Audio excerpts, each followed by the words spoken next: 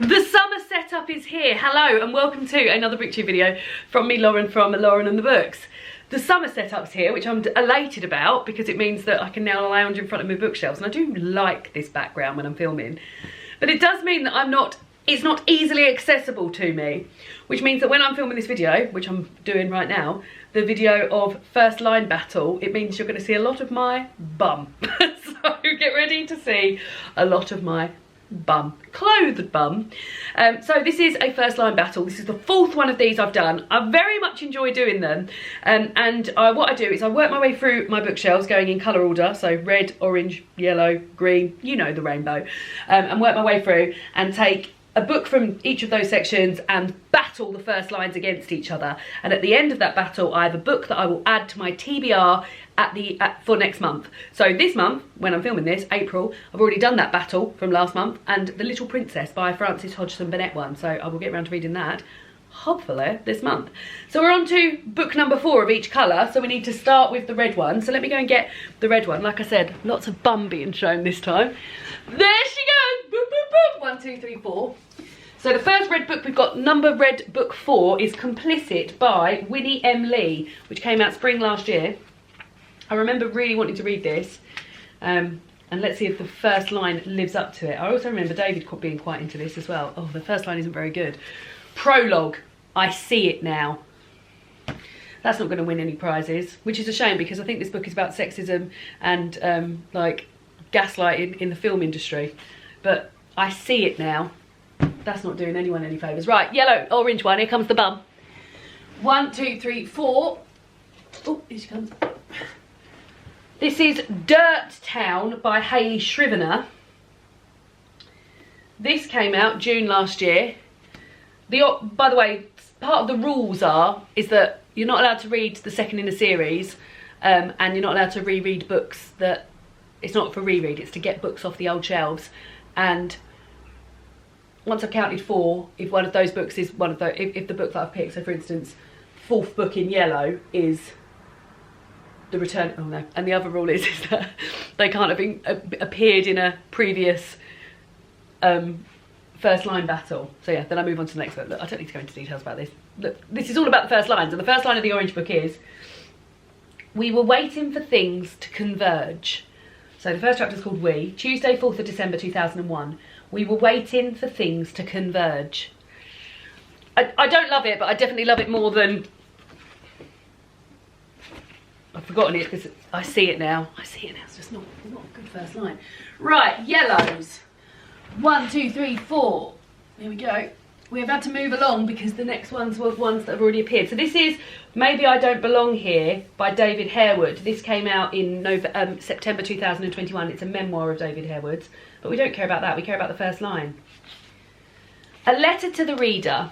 First of all, I have to be honest.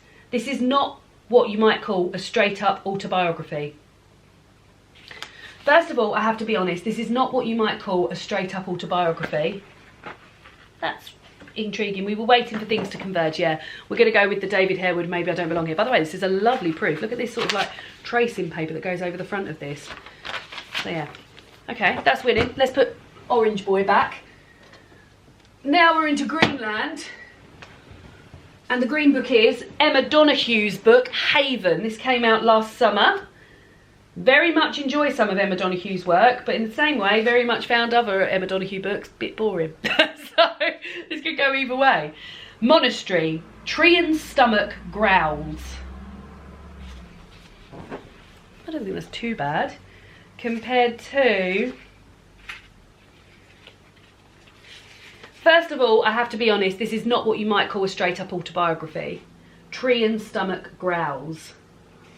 We'll go with Tree and Stomach Growls, I think. We're going with Tree and Growling Stomach. Right, we're into Blue Zone. You can see me picking them now. This is still the bum. 1, 2, 3, 4. So book number 4 was Fleabag the Scriptures, but I've already read that. So we're going on to the next one, which is The Night Ship by Jess Kidd. Oh, I've wanted to read this for a long time, so let's see if this is, let's hope the first line's better than Tree and Stomach Growls. Chapter 1, 1628. The child sails in a crowded boat to the end of the Zuyder Zee. That is better than Tree and Stomach Growls, isn't it? The child sails in a crowded boat to the end of the Zyder Z. Yeah. Well done, Jess Kidd. Emma Donoghue being returned. Oh, up she goes. Right, purple. Yeah, purple's next. 1, 2, 3, 4. Disoriental by Nagar Javaldi. Covered in Minnie's fluff. I've started reading this before but never got very far with it, so let's hope it's good. The escalator. In Paris, my father, Darius Sader, never took the escalator. I like that a lot. In Paris, my father, Darius Sader, never took the escalator. Why? Why only in Paris? Or does he never take an escalator, but this is set in Paris? That has usurped the night ship. Number 4 of the pink books. 1, 2, 3, 4. Idol Burning by Rin Yusami. This is quite exciting. Lovely French flaps on it. I didn't even know I had this book. My Oshi was on fire. And also, because I know it's a first line challenge, but this has also got some drawings in it, and that sort of lured me in because it's got a girl covered in a nice blanket watching something on a laptop and then a phone with some things. My Oshi was on fire. And then what's the other one? In Paris, my father, Darius Sader, never took the escalator. I think it's that escalator. I'm intrigued as to why.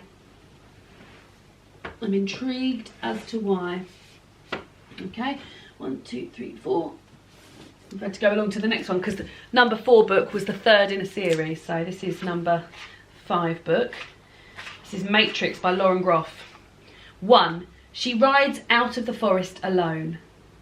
She rides out of the forest alone. I'm into that, but am I more into that than I'm into? In Paris, my father, Darius Sader, never took the escalator. She rides out of the forest alone. She rides out of the forest alone is a good first line. In Paris, my father, Darius Sader, never took the escalator. She rides out of the forest alone. Oh God, what do I like more? In Paris, my father, Darius Sader, never took the escalator. She rides out of the forest alone. I think I like She Rides Out of the Forest Alone most, you know, guys. So there we go. White books, 1, 2, 3, 4. Already 2 essay collections I've already read, so we're skipping across to book 6. Oh God, I think this might be the book that's been on my TBR, on my shelves for the longest. This was in one of my very first BookTube book hauls. It's A God in Ruins by Kate Atkinson, which is the prequel to Life After Life, which is a book I've read probably about 6 or 7 times in my lifetime. So I've been meaning to read this for so long. Is now the time? Who knows?